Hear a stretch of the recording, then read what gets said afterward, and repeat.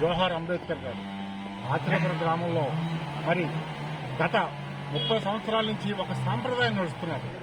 ఇక్కడ మా ఊళ్ళో దళితులు కానీ, బీసీ వర్గాలు కానీ, ఇతర కులాల వారు కానీ మరి మా గ్రామంలో ఏ ఎలక్షన్ జరిగినా ₹1 తీసుకోకుండా ఎన్నికలు జరపడం గత 25 సంవత్సరాల నుంచి ఆనవాయితీగా వస్తున్నది.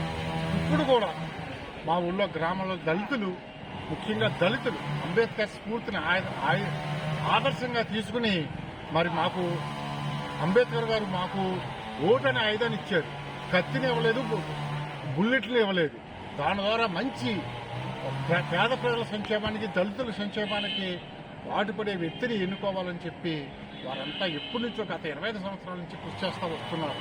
ఇప్పుడు కూడా మేము ఎవరైనా రాజకీయ పార్టీల వాళ్ళు ఓటు కొనడానికి, డబ్బులు ఇవ్వడానికి, లేదా పలానా మందు, మద్యం ఇటువంటి ఏదన్నా ప్రలోభాలు గురి చేసినప్పుడు మేము తీసుకోం.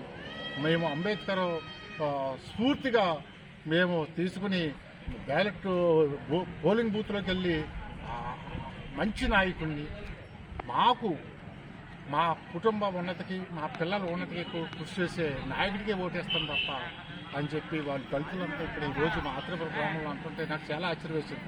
మరి అటువంటి సాంప్రదాయాన్ని మన రాష్ట్రంలో ఉన్న దళితులు, బీసీలు, ఇతర కులాల వారు అందరూ పాటించి ఎటువంటి ప్రలోభాలకి గురి కాకుండా అంబేద్కర్ ఇచ్చిన ఓటు అనే ఆయుధం ద్వారా మరి మీ భవిష్యత్తుని మీరు నిర్మించుకోండి అని చెప్పి నేను అందరినీ కోరుతున్నాను. జై భీమ్, జై భీమ్, జై భీమ్. జోహార్ అంబేద్కర్ గారు.